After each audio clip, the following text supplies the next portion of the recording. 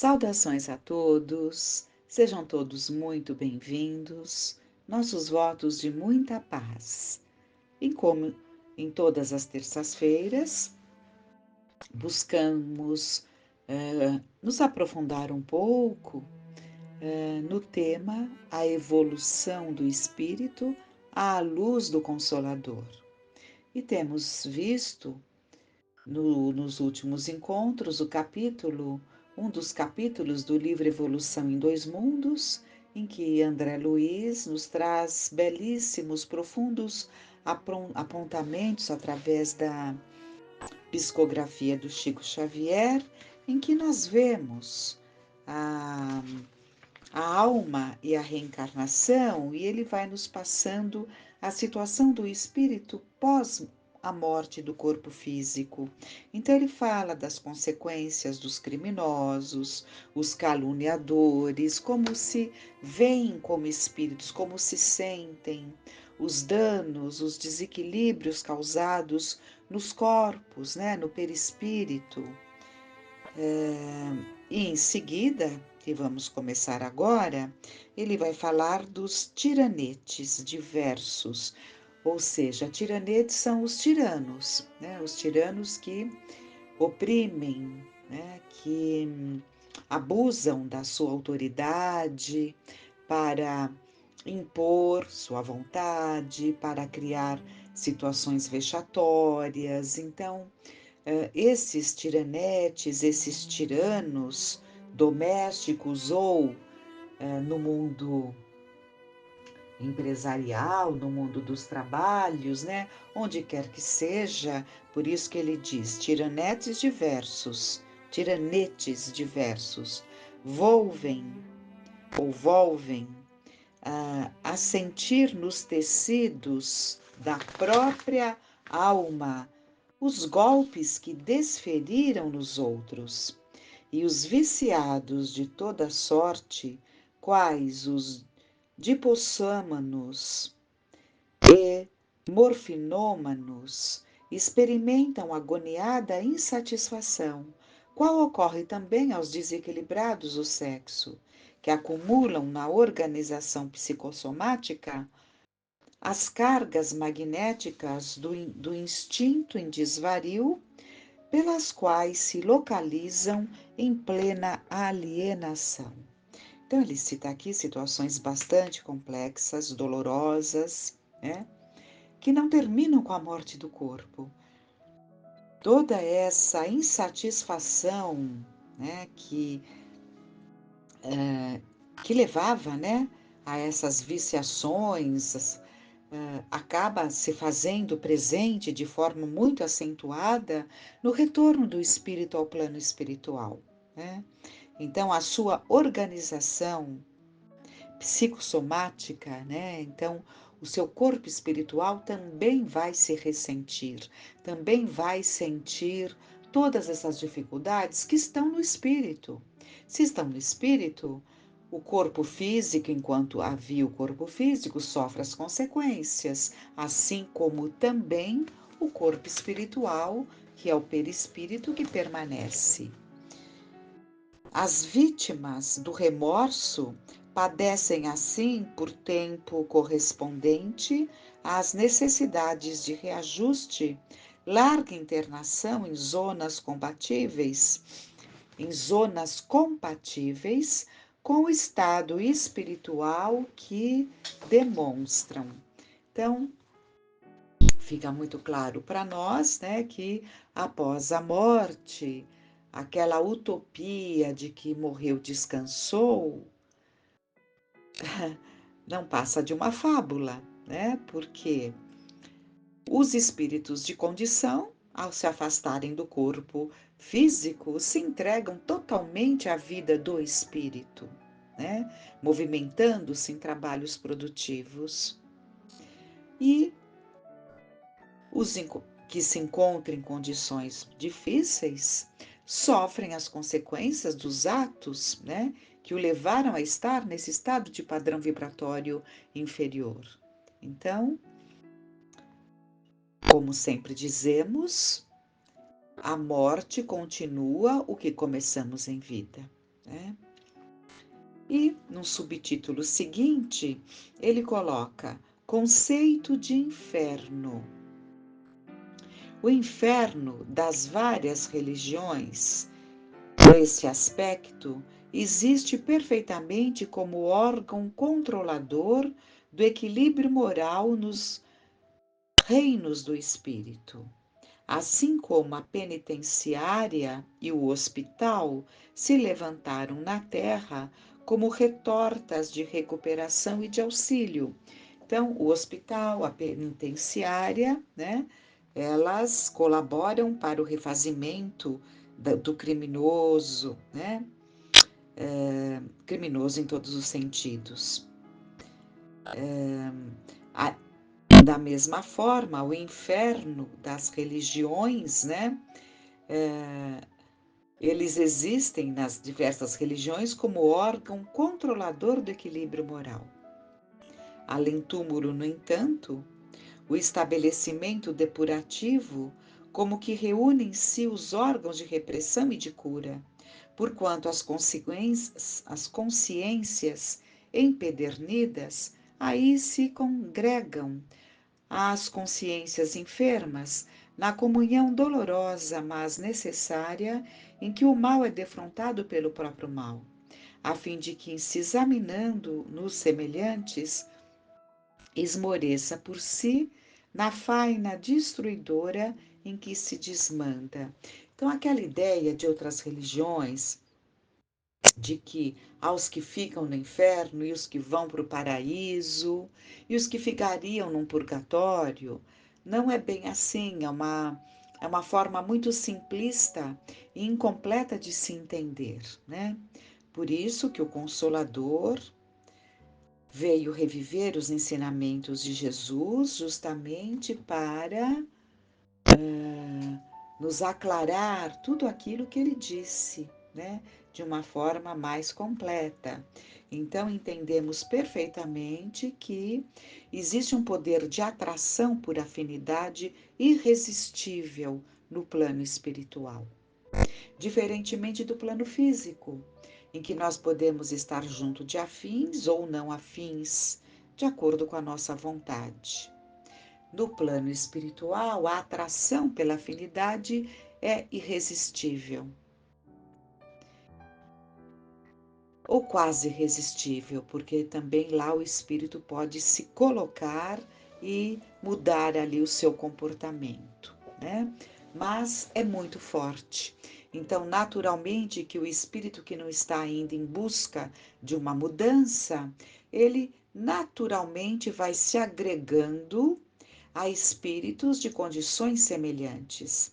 Daí, determinadas regiões tornarem-se ambientes dolorosos de expiações, né?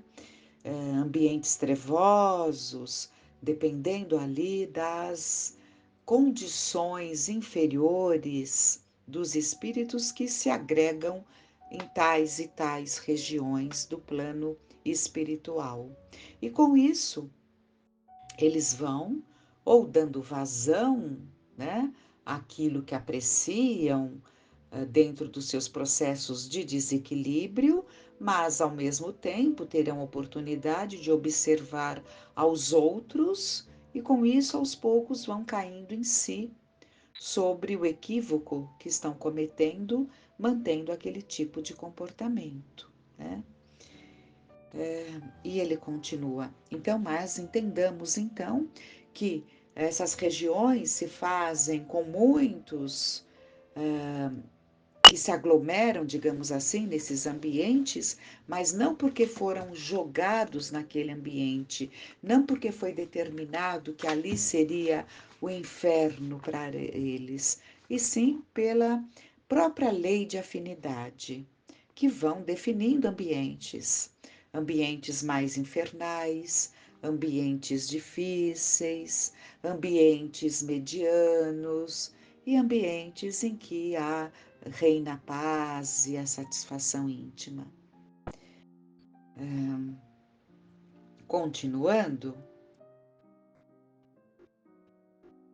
é assim que as inteligências ainda perversas se transformam como em instrumentos reeducativos daquelas que começam a despertar pela dor do arrependimento para imprescindível restauração. Então, aqueles mais endurecidos acabam servindo de instrumento para aquele que está tentando se remodelar.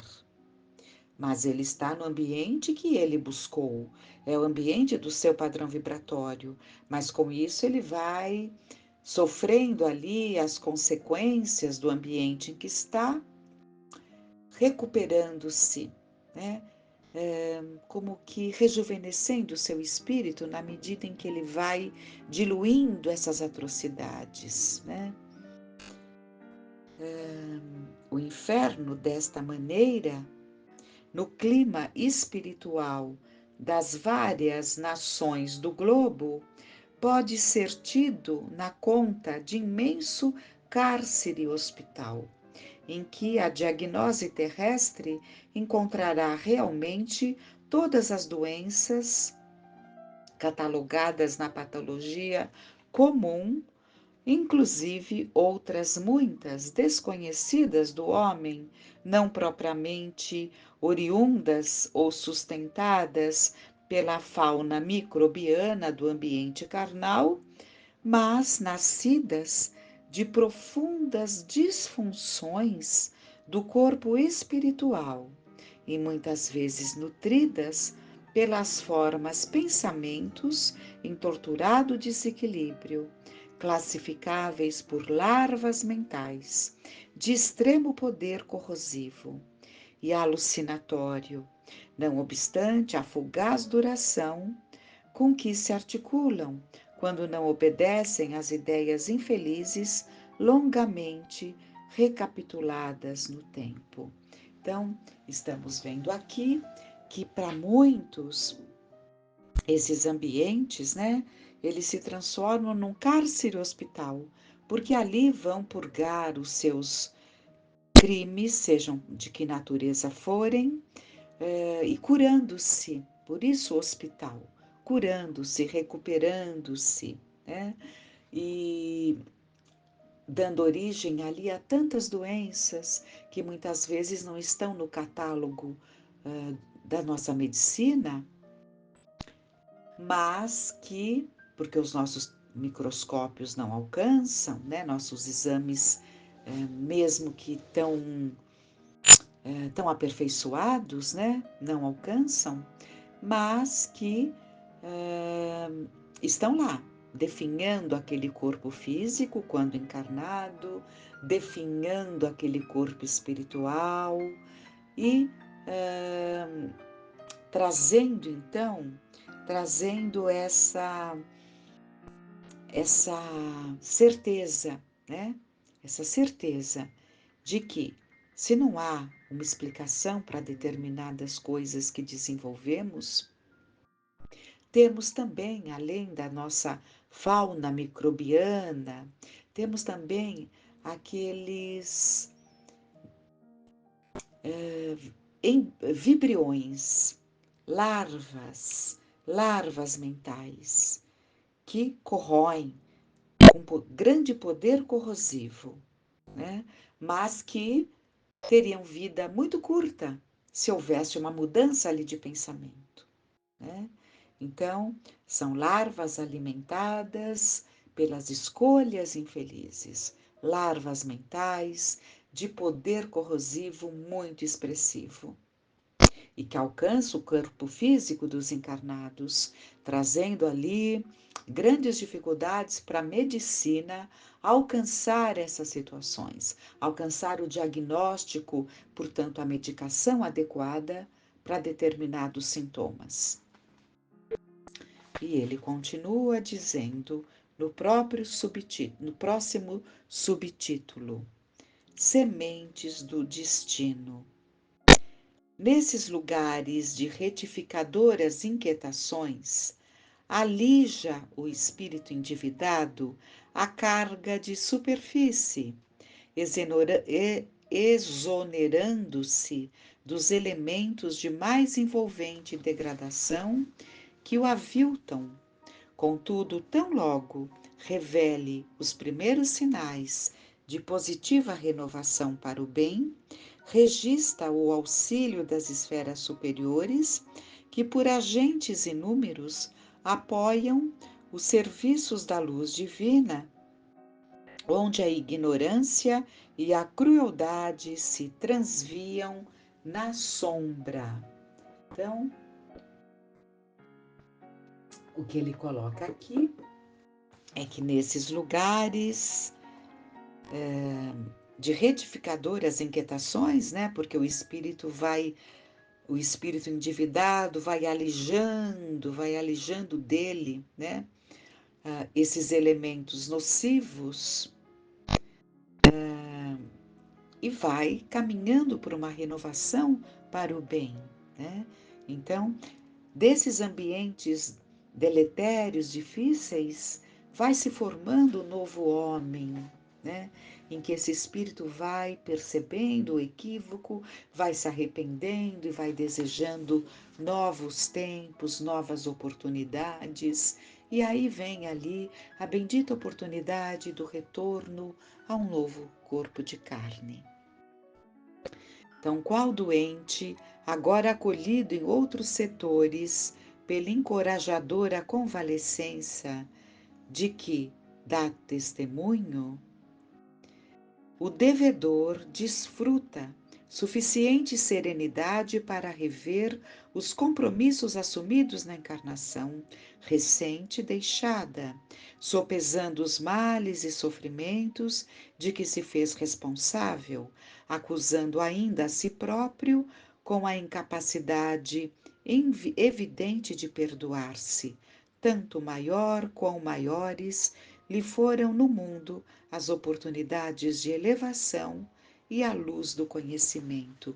Então, quando surge esse clarear do entendimento, o espírito sofre muito, porque ele tem a oportunidade de reencontrar-se no sentido de recordar-se da sua encarnação, especialmente a última, percebendo ali o desperdício, os descaminhos, o desprezo, né, com que levou, com que tratou a sua grande oportunidade de reparação, de crescimento, né? Então tudo isso se faz muito doído para o espírito e ele pode desenvolver muitas vezes um sentimento de não conseguir perdoar-se. E é muito mais difícil auto-perdoar-se do que perdoar o outro. O outro, você vai suplantando aquelas recordações que te machucam, ela vai se diluindo, diluindo, e o tempo lhe mostrará que você conseguiu perdoar. Mas o auto-perdão tem se mostrado muito mais difícil, porque o espírito se recusa a entender que ele é filho de Deus. E como filho de Deus Pai, esse Pai está sempre de braços abertos, como na parábola do filho pródigo que retorna ao Pai. Deus está sempre de braços abertos para acolher o filho arrependido e lhe oferecer uma nova oportunidade de corrigenda. Mas a dor do arrependimento é tão grande que muitos se recusam a ouvir essa voz que lhe diz: volta, volta para casa. Abre a porta do seu coração e volta para casa, porque és um espírito em construção. E o importante é retomar a caminhada abandonada. Então, muitos se recusam a isso e acabam desenvolvendo uma dificuldade tão grande de auto-perdoar-se que perdura por encarnações. E isso se demonstra, se percebe quando observamos, ou nos observarmos, ou observarmos a outro. É sempre aquele alguém que não consegue desfrutar de um bom momento, É sempre aquele alguém que não se sente merecedor de determinadas coisas que a vida lhe põe na mão. Ele não fez aquilo destruindo o caminho do outro, não. A vida lhe põe na mão determinadas oportunidades, mas ele não se sente merecedor. A vida aproxima pessoas de bom caráter que lhe colocariam ali numa situação muito mais favorável, mas ele não se permite. Ele se sabota constantemente. Quantas vezes esse tipo de comportamento não está naquele que não consegue perdoar-se, naquele que carrega uma culpa muito grande porque não consegue perdoar-se. Continuando então, muita vez ascendem, se elevam, né, a escolas beneméritas, nas quais recolhem mais altas noções da vida, aprimoram-se na instrução, aperfeiçoam impulsos e exercem preciosas atividades, melhorando os próprios créditos. Todavia, as lembranças dos erros voluntários, ainda mesmo quando as suas vítimas tenham já superado todas as sequelas dos golpes sofridos, entranham-se-lhes no espírito por sementes do destino, sementes de destino, entre aspas, André Luiz colocou, de vez que eles mesmos, em se reconhecendo necessitados de promoção a níveis mais nobres, pedem novas reencarnações, com as provas de que carecem para se quitarem conscientemente consigo próprios. Nesses casos, a escolha da experiência é mais que legítima, porquanto, através da limpeza de limiar efetuada nas regiões retificadoras e pelos títulos adquiridos nos trabalhos que abraça, no plano extrafísico, merece a criatura os cuidados preparatórios da nova tarefa em vista, a fim de que haja a conjugação de todos os fatores para que reencontre os credores ou as circunstâncias imprescindíveis junto aos quais se redima perante a lei. Então, serão retornos muito bem cuidados, com o processo reencarnatório adequado, né?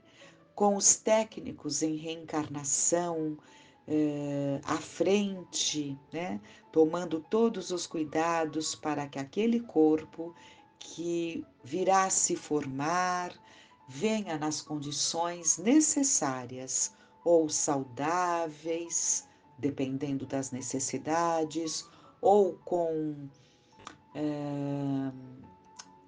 dificuldades controladoras, como vimos, mas com todos os cuidados necessários para o enfrentamento do reencarnante e a grande chance do sucesso na encarnação que se faz. Todos os cuidados tomados. E em seguida, então, que é justamente uma sequência do que está sendo dito por ele, encontramos aqui as reencarnações especiais. Entretanto, reencarnações se processam muita vez sem qualquer consulta aos que necessitam segregação em certas lutas no plano físico, providências estas comparáveis às que assumimos no mundo com enfermos e criminosos que, pela própria condição ou conduta, perderam temporariamente a faculdade de resolver quanto à sorte que lhes convém no espaço de tempo em que lhes perdura a enfermidade ou em que se mantenham sob as determinações da justiça. Então, não há situações em que se perde a condição de se fazer as próprias escolhas? Não há pessoas que perdem a condição de lucidez e a sua própria família define ali os atos a serem praticados? Ou dentro da justiça, perde a condição ali de uma escolha e vem a imposição de determinadas situações? Da mesma forma, há espíritos que não têm condições de participar de um processo de escolha de uma nova reencarnação, de escolha de uma nova programação. Então, o plano maior, né, se encarrega de fazer isso por ele, trazendo as condições necessárias para o choque do retorno, para que ele acorde para as mudanças. Continuando o texto, são problemas especiais em que a individualidade renasce de cérebro parcialmente inibido ou padecendo mutilações congênitas, ao lado daqueles que lhe devem abnegação e carinho. Então, quantas vezes essas decisões, né, justamente por essa condição de um espírito tão prejudicado na sua mente, no seu emocional, no seu corpo espiritual, tudo em estado muito, muito lastimável. Quantas vezes ele não vem num processo, então, de reajuste, né? Que exige ali o cérebro parcialmente inibido, né? Então vem com problemas, né? Ou mutilações congênitas, ao lado daqueles que lhe devem carinho e abnegação, porque serão encarnações que necessitarão de muita atenção, de muito carinho, então vem ali junto daqueles que lhe devem e, portanto, deverão acolhê-lo e ajudá-lo a vencer essas dificuldades. Incapazes de eleger o caminho de reajuste pelo estado de loucura ou de sofrimento que evidenciam, semelhantes enfermos são decididamente internados na cela física como doentes isolados sob assistência precisa. Então, são espíritos que não encarnam numa escola, não sentem a terra, né? O retorno à Terra como retornar a uma bendita escola de aprendizado, e sim como um cárcere, um hospital, né? Em que poderão se refazer das suas feridas, das suas sequelas. Vemo-los assim, repontando de lares faustosos ou paupérrimos, contrariando por vezes até certo tempo, contrariando por vezes até certo ponto os estatutos que regem a hereditariedade por representarem dolorosas exceções no caminho normal. Então, nada explicaria determinadas situações pelas quais esses espíritos passam e enfrentam nos seus corpos, né? Porque não se tem uma explicação na genética, porque são encarnações justamente especiais, visando ali o aproveitamento do retorno desses espíritos ao novo corpo de carne.